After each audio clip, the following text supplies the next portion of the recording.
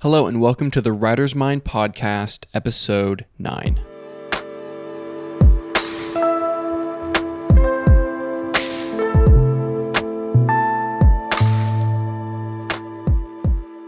Alright, so if you are looking for Episode 10, you can listen right now on the Patreon along with all of the other even episodes. The Patreon gives you an extra 4 episodes of the podcast per month. Join at patreon.com/thewritersmind. So today in this episode, what I want to talk about is the idea of thinking from first principles or reasoning from first principles.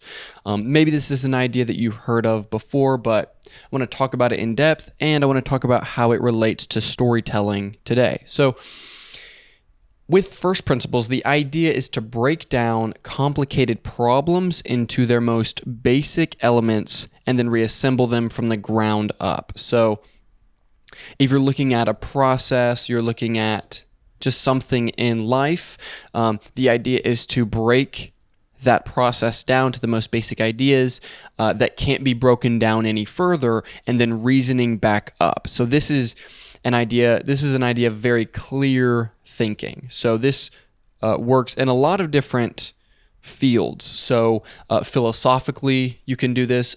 Rene Descartes was a philosopher, and he was essentially trying to prove God's existence by reasoning through first principles. I'm trying to remember the book he wrote on this topic. But Rene Descartes' famous phrase is, "I think, therefore I am."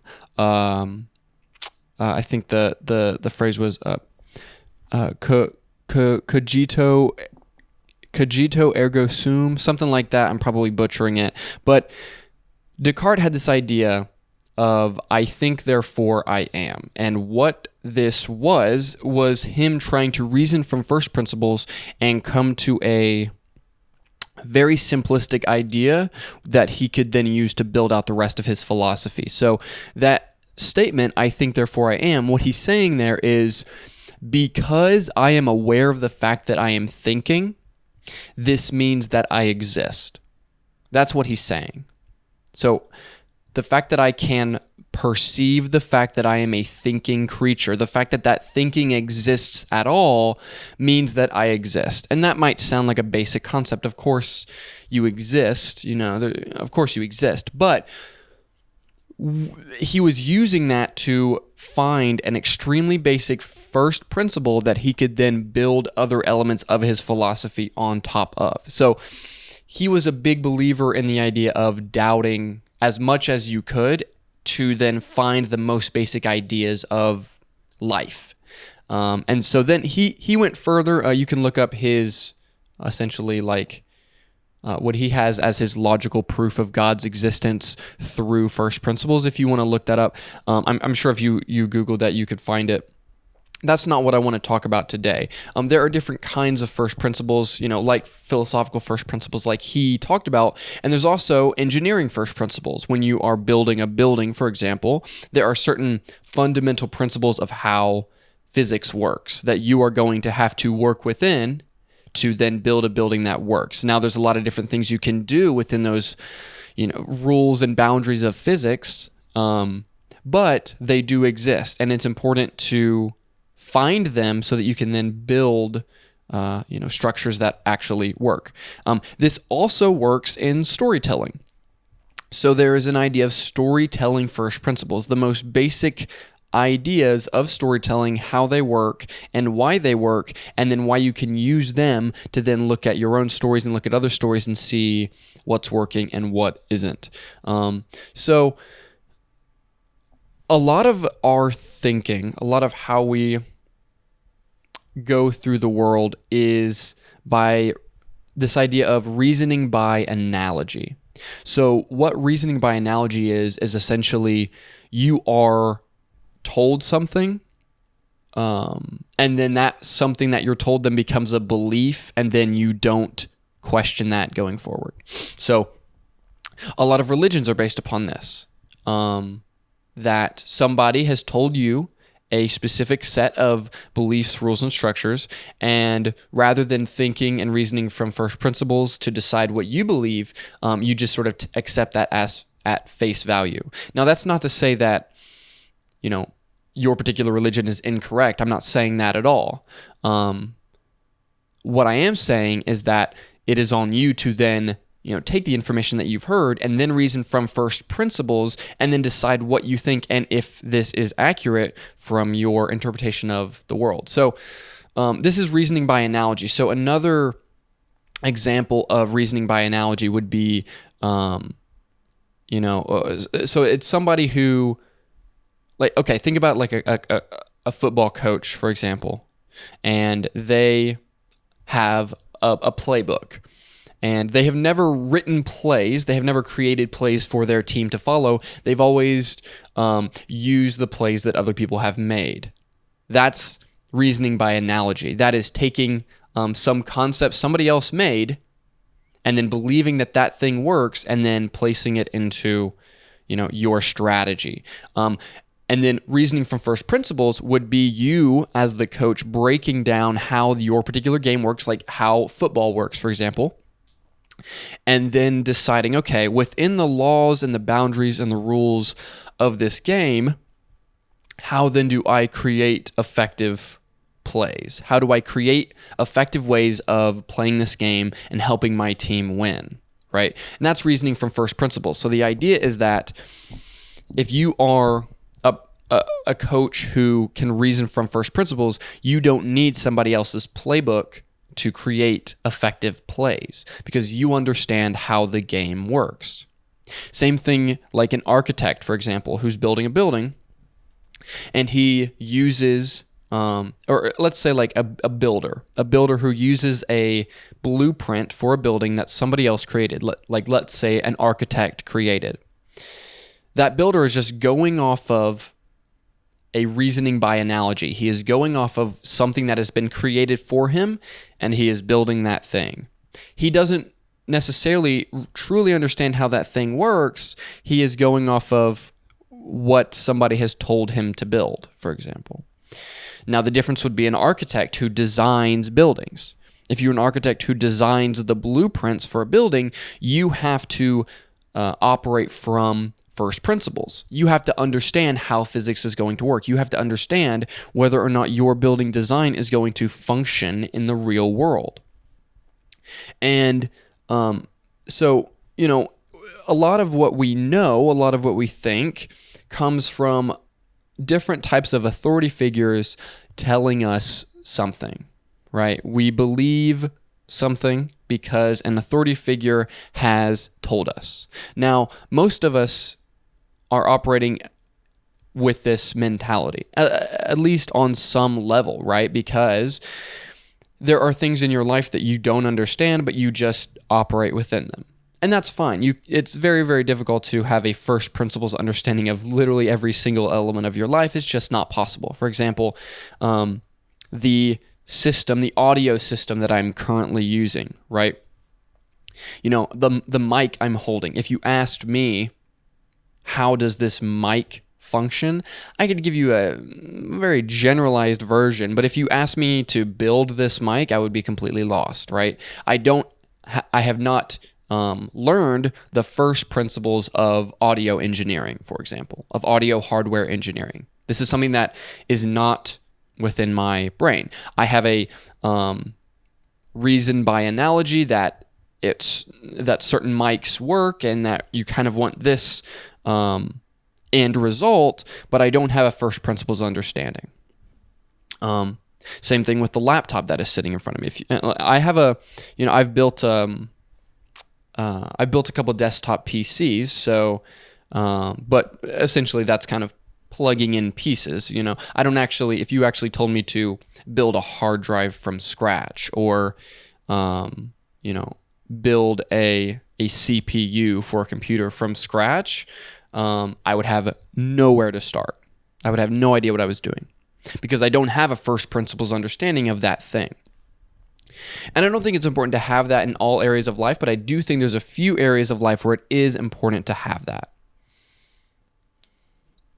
So, for example, I think that it's very important for you as a person to have a first principles understanding of what you believe philosophically, because your philosophical beliefs are going to create essentially your entire life. So, what you believe is going to affect pretty much every major and even minor decision that you make. Therefore, it's important to have a good understanding of how that works. I also think that in whatever career you decide to go into or whatever you're interested in, it's important to have a first principles understanding of that thing. So, for example, if I was heavily interested in audio hardware engineering, for example, it would be important for me to have a first principles understanding of that. And so I think it is important to have that for storytelling. If you're listening to this, it's very likely that you want to be a writer or you're interested in writing and storytelling. And I think it's very important for you to have a first principles understanding of how a story works. And that's something I'm going to talk about in this. Now, I also think that when you are trying to move out of a stage of reasoning by analogy, of somebody else has told you how to think, essentially, and moving into a stage of, or into a mindset of first principles thinking, there's a few ways that you get here. And the biggest way that you can get here is asking yourself why a lot. Why do I think this? Where's the origin of this particular belief? Also asking, what do other people think about this thing that I'm interested in? And also asking, what if I'm wrong, right? So opening up some of these questions will allow you to then do research and begin to understand what other people think about this topic, and then understand how they arrived at their particular belief, and then understand how you can then take where they started and then see if you can go deeper and see if you can eventually find the most basic principles of your particular field of study, ours being storytelling, and reasoning back up from there. So, if you are interested in engineering, you need to have a working understanding of physics, for example. You need to have a working understanding of how time relates to stress on a building, different materials, how different materials operate, all of these sorts of things. So I think with storytelling, this is what I have tried to do. I have tried to go in and I have tried to find the most basic first principles of storytelling and then apply that to my own writing and then also give some of that to you. So think about it like this. If you ask why a lot, you can start to get to the bottom of your thought process. So, for example, we get into storytelling and we look at structure, let's say. Structure is kind of an easy one to start with because it's kind of hotly debated and people have different points of view on it. So let's start with structure. Structure is important. Okay, why? Well, structure is important because it helps make a story interesting. Okay, why? Well, it helps make a story interesting because people like the flow of momentum up and down, and they like conflict. Okay, why? Well, people like momentum and conflict because it's kind of a part of life, and we kind of see, stories mirror life in that sense, and so we see kind of a momentum and a conflict in life, and we also want to see that mirrored in stories.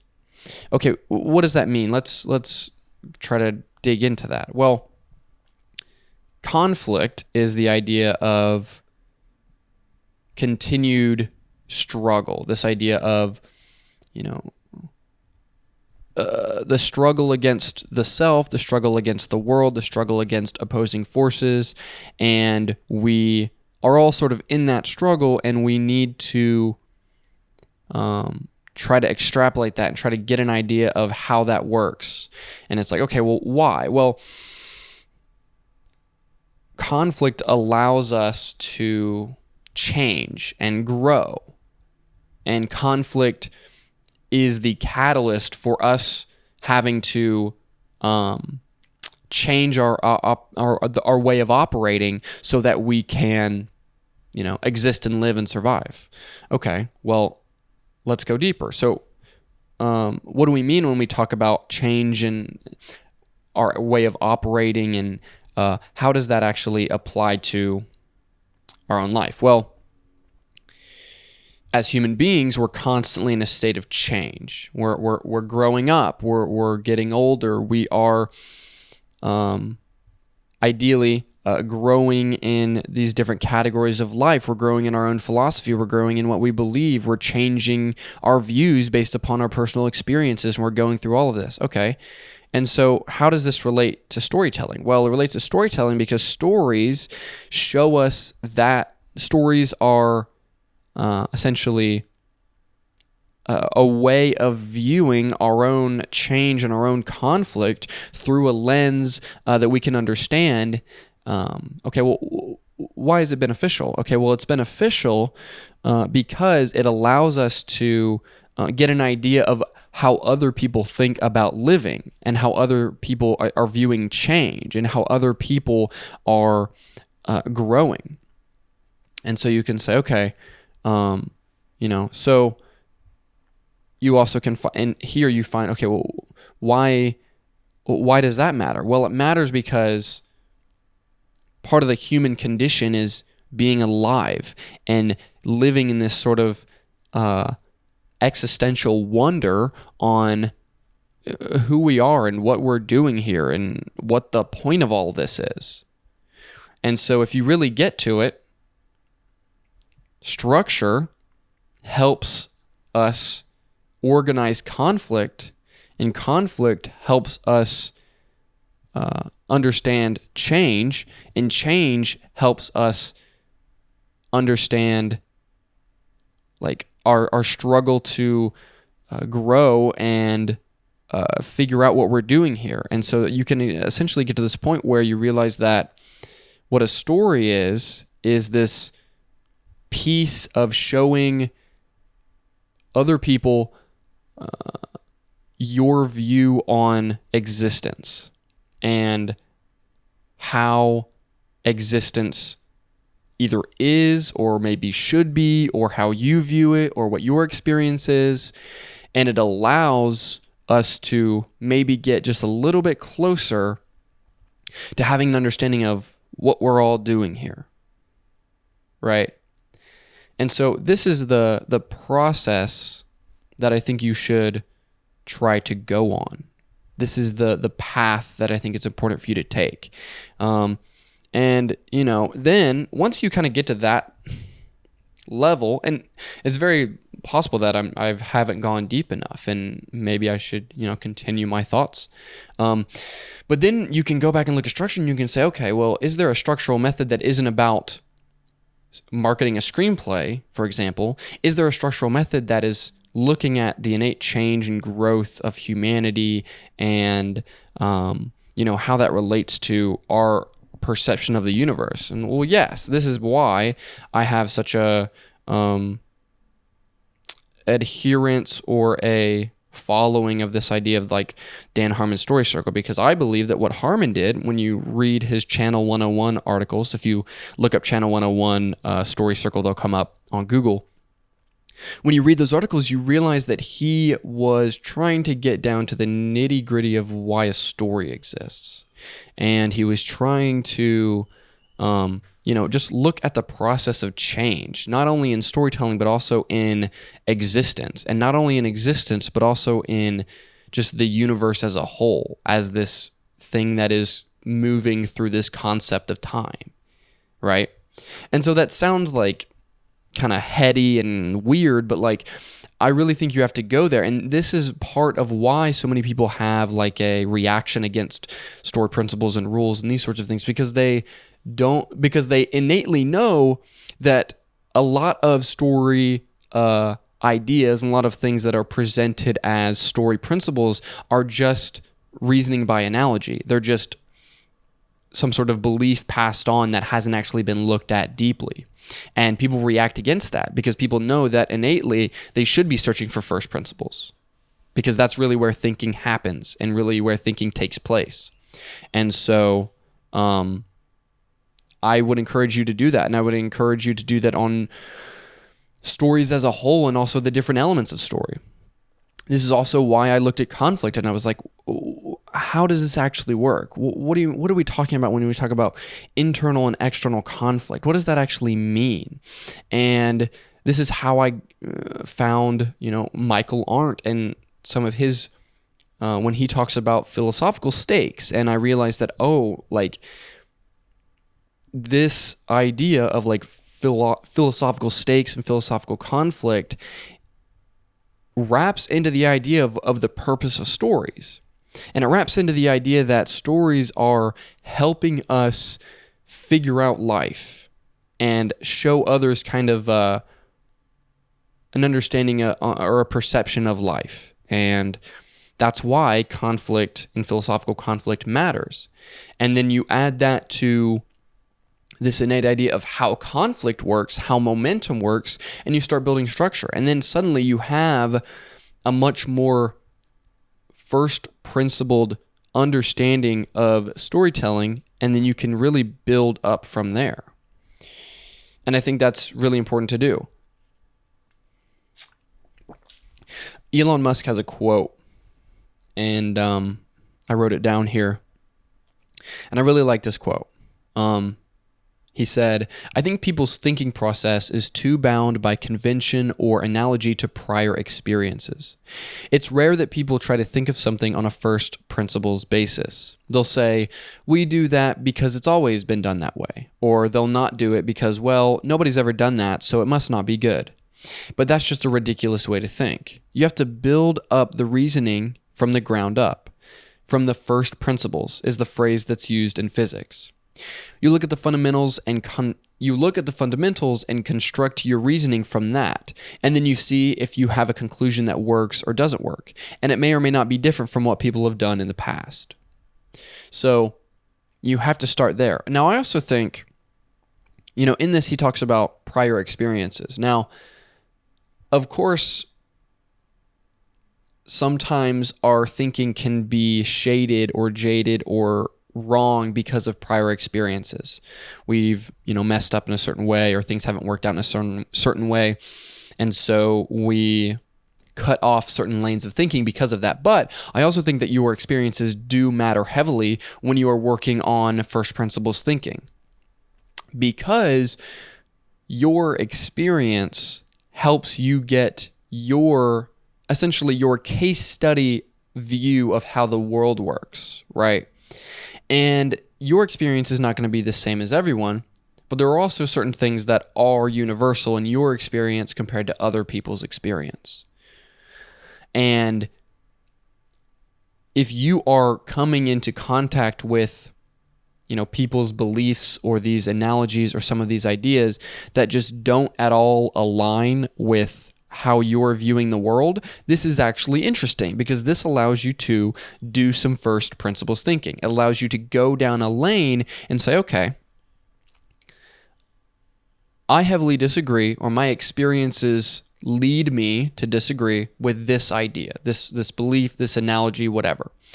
So now let me analyze my own experiences and let me analyze this belief so that I can then begin to have a better understanding of how things work. It's like, okay, well, how do I do that? Well, it's very simple. You just start asking yourself questions about it. Okay, well, they think this. Well, why? Or I think this. Well, why? And then let's just start to slowly go down the rabbit hole. And once you've asked yourself why a few times, then you start realizing, okay, this is why I think a certain thing. And that can be very illuminating. And so, I think because of this, we have bad lies that we'll tell ourselves. We'll tell ourselves that we struggle with finding good ideas, for example. And then we'll say, I don't have any good ideas. Or we'll say, everything interesting has already been done before. Or we'll say, I can't be a great writer. This is just going to be a hobby for me. Then you can look at some of those questions and you can say, okay, where are these beliefs coming from? Because if you can understand where your particular belief is coming from, it's going to help you a lot in analyzing whether or not that origin is legitimate, you know? So if you say, everything I do is not that good, I'll never really do anything good. I can try and I can try and I can try, but it's really impossible for me to excel at a high level. It's like, okay, well, let's start analyzing where this comes from. You might ask yourself why, and you might say, well, because everything I've ever done is bad. And you might ask yourself, okay, well, what do you mean that everything you've ever done is bad? Oh, well, every time I did something or every time I created something, my mother always told me that I should try a little harder, that it wasn't good. And so I realized then that, I wasn't good at creating things. And then you realize, okay, well, now you're starting to realize that you have a core belief that is coming from somebody telling you something about how the world works and not necessarily how the world works. You're cutting off your own ability to learn because of something that somebody close to you said. And then what they said then colored your entire existence, right? Which is pretty crazy, that the people around you can heavily impact your entire view on the world, especially people like your parents, and especially people you were in contact with when you were young. And so it's important to trace where these ideas are coming from. It's also important to say, is that a first principle idea? Well, no, this is something that some person said. Okay, well, let's try to think about what is a first principle idea. Okay, well, I know that people who make great things have to practice a skill for a long time. Okay. So why do they have to practice a skill for a long time? Oh, well, they have to practice a skill for a long time because nobody really starts being truly great at something. It takes time to develop a skill. Okay. Why does it take time to develop a skill? Oh, because you need knowledge and you need to put in the work and you need to slowly, hone in your craft because for some reason there's this disconnect between our brains and our hands in creating things and building things. And it takes time to clear our minds and create stronger mental clarity so that we can then create better things. Then you say, okay, that may mean that I'm not actually innately bad at things. It may just mean that I have not done the work to become skilled at a certain thing. And then you can say, okay, well, maybe I should try that. Maybe I should try to take the time to learn and make mistakes and then slowly get better through that. And then suddenly you've changed your entire thought process drastically in a day. And so, be looking for these things in your life. I think it's very important to look around for these kinds of things and to try to find your blind spots. We all have these blind spots. It's just about finding them and, continually finding new ones and fixing them and continuing to do our own reasoning, because all of this will feed into our personal philosophy and feed into our view of ourselves and feed into our view of others and into our view of everything, really. So I want to end this by saying this. At some point, you're going to have to step out and do your own thinking. So this can be a frustrating process. It will mean that more people will disagree with you, but it will give you confidence in your own thinking.